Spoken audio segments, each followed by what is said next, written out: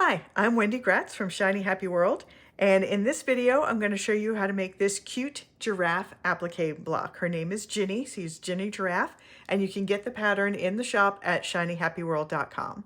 Here's how to make her. Okay, I've got all of the pieces cut out and prepped and ready to assemble, and I just want to point out one quick thing. This is the video showing how to assemble the pieces without using a light box. And so in this situation, the numbers on the back of the pieces do help to identify which piece goes where, but the order of the numbers does not matter. If you're using a light box, this also tells you the order in which you lay the pieces down. And since we're not using a light box, we did need to transfer the dotted line markings from the paper side of the pattern pieces to the fabric side. So on this piece, you can see I've marked the eyes, and I've also marked this line where the muzzle overlaps the face. So for this, you can ignore the numbers on the back, but you will see chalk and all of that showing the pieces on the front. I'm going to be using these same pieces to do a video showing how to assemble them with a light box. So for now, I will not be peeling the paper backs off in this video, but you would obviously need to peel the paper backs off when you're assembling it for your use. So let's see, when we're doing it not with a light box, again, the order is very different. So for this, I'm going to start with the neck piece. And I am going to make my giraffe be what I call photo style or snapshot style, where it looks like he is popping into the frame. And in that situation, I do want to make that flat edge where it's cut off line up with the raw edge at the bottom of the block. And that is just going to make him look like we've snapped a quick snapshot. You can do this without the neck and just have the face in there. And that's what I like to do if I'm floating the head emoji style within the middle of the block. I don't like to float the entire thing emoji style because then I always think that looks very awkward where it's been cut off at the bottom. So I want that cut off edge to look like the edge of a photograph, how you've framed the face in there. So we're starting with the neck piece. And I told you I wasn't going to peel the back off, and then I did. So I'll just have to remember that for later. I can go ahead and put these little spots on here. And you can see I've marked with some chalk where those go. All right, now we're going to layer the muzzle in there.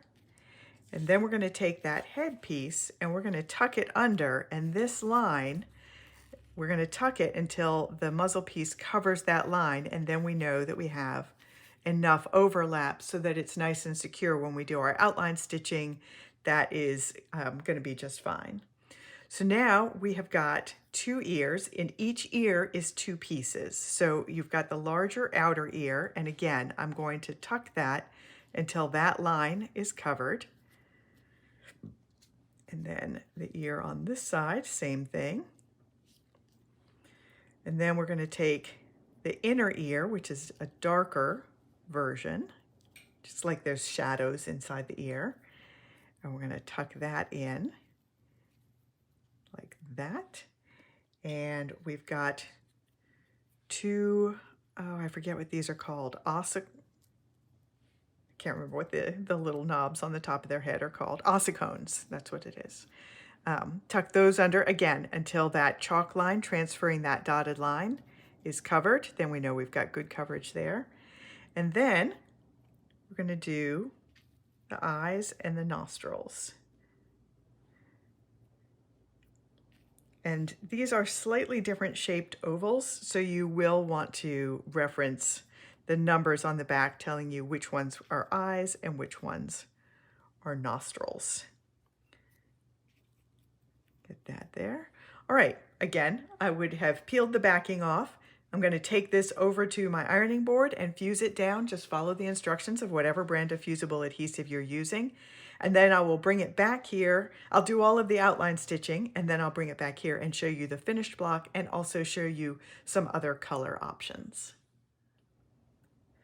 All right, here it is all finished. I've done all of the outline stitching around all of the pieces and stitched over that mouth as well.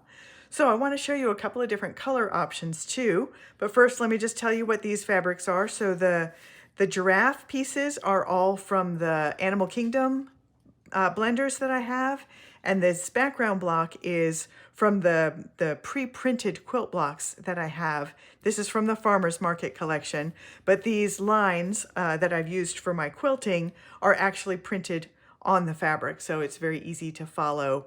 It's kind of like just like doodling with your sewing machine to do those quilting lines. So let me show you some other color options.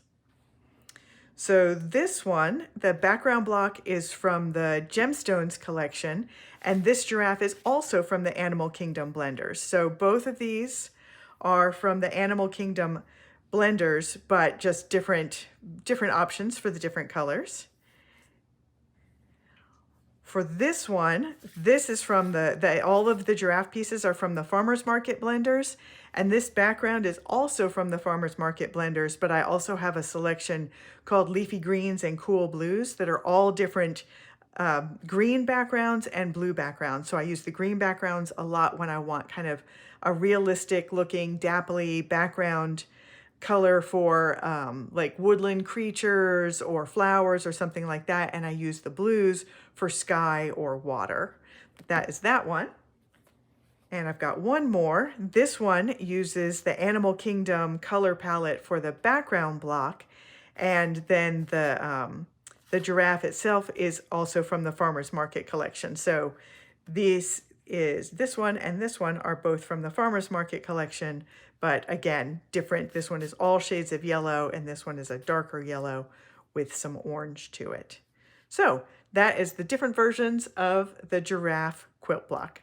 I'm Wendy Gratz from Shiny Happy World, and I'll see you next time.